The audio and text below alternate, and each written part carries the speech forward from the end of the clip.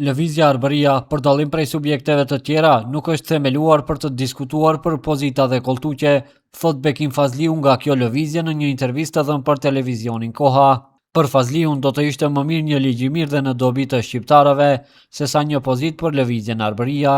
Në prononcimin e tij, Fazliu tha se forca politike e një subjekti në qeveri nuk matet me numrin e ministrave që subjekti ka, sepse siç ai deklaroi, në të kaluarën kemi pasur ministra të shumt, të cilët kanë qenë vetëm figura dhe nuk kanë qenë në shërbim të qytetarëve.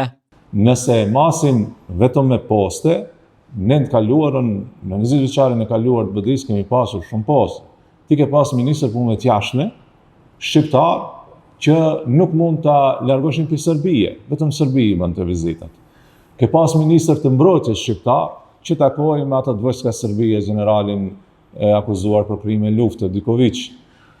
Ke pas 5 ministra shqiptar të BDI-s, që nuk të drejtësisë, që nuk arritën ta zgjidhin një çështje të provimit të jurisprudencës që t'jepet në gjuhën shqipe. Mes tjerash, Fazliu foli edhe për denoncimet e ambasadorit të Bashkimit Evropian për kanalizimin e Zajaz. Sipas tij, ky kanalizim është simbolika më e fuqishme e qeverisjes 20 vjeçare të BDI-s. Kanalizimi i Zajazit është simbolika e më e fuqishme që për BDI-n, për qeverisjen e BDI-s në 20 vjeçarin e kaluar.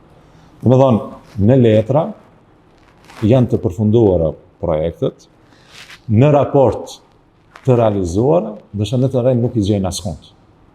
Kjo është metafora më e rëndësishme që e shpjegon politikën e 20 vjeçarit të kaluar të BDI-s.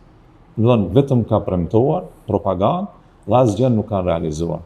Fazliu deklaroi se BDI-ja nuk është fajtore vetëm për kanalizimin e Zajaz. Sipas tij, BDI duhet të përgjigjet edhe për mungesën e ujit të pishëm në Likov, Saraj, po edhe në shumë vend banime të tjera shqiptare që përballen me probleme elementare të jetesës.